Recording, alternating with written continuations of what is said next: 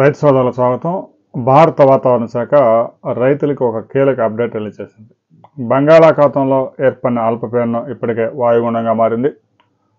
నైరుతి బంగాళాఖాతంలో ఆగ్నేయ దిశగా మరో అల్పపీడనం ఏర్పడింది. వీటి ప్రభావంతో రాబోయే 4 రోజుల్లో శనివారం, ఆదివారం, సోమవారం, మంగళవారం వరకు ఆంధ్రప్రదేశ్లోని చాలా ప్రాంతాల్లో ఉభయ గోదావరి, కృష్ణా, గుంటూరు, ప్రకాశం, నెల్లూరు, చిత్తూరు జిల్లాతో సహా కడప, కర్నూలు, అనంతపురం జిల్లాల్లో విస్తారంగా వర్షాలు కురిసే అవకాశం ఉంది.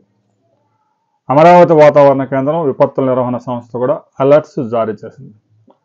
ఇప్పటికే గడిచిన 48 గంటల్లో చిత్తూరు జిల్లాలో గరిష్టంగా 28 సెంటీమీటర్ల వర్షపాతం కొన్ని ప్రాంతాల్లో నమోదైంది. శ్రీకాళహస్తిలో ఒకే రోజు 8 సెంటీమీటర్ల పైగా వర్షపాతం నమోదైంది. నెల్లూరు, చిత్తూరు జిల్లాలు బాగా ఎఫెక్ట్ అయ్యాయి. తమిళనాడులో కూడా పెద్ద ఎత్తున వర్షాలు నమోదవుతున్నాయి. చెన్నై నగరంలో 3 అడుగుల మేర నీరు చేరి జనజీవనం స్తంభించిపోయింది. రాబోయే 4 రోజుల పాటు ఇప్పటికే ఉన్న వాయుగుండం మరో అల్పపీడన ప్రభావంతో విస్తారంగా వర్షాలు కురిసే అవకాశం ఉంది. ముఖ్యంగా ఉభయ గోదావరి జిల్లాలో డెల్టా ప్రాంతంలో జూన్ ఫస్ట్ వీక్లోనే గోదావరి డెల్టాకు నీరు విడుదల కావడంతో ముందస్తుగా అంటే మామూలుగా అక్కడ జూన్ ఫస్ట్ వీక్లోనే ప్రతి సంవత్సరం సాధ్యమైనంత వరకు నీటిని విడుదల చేస్తూ ఉంటారు.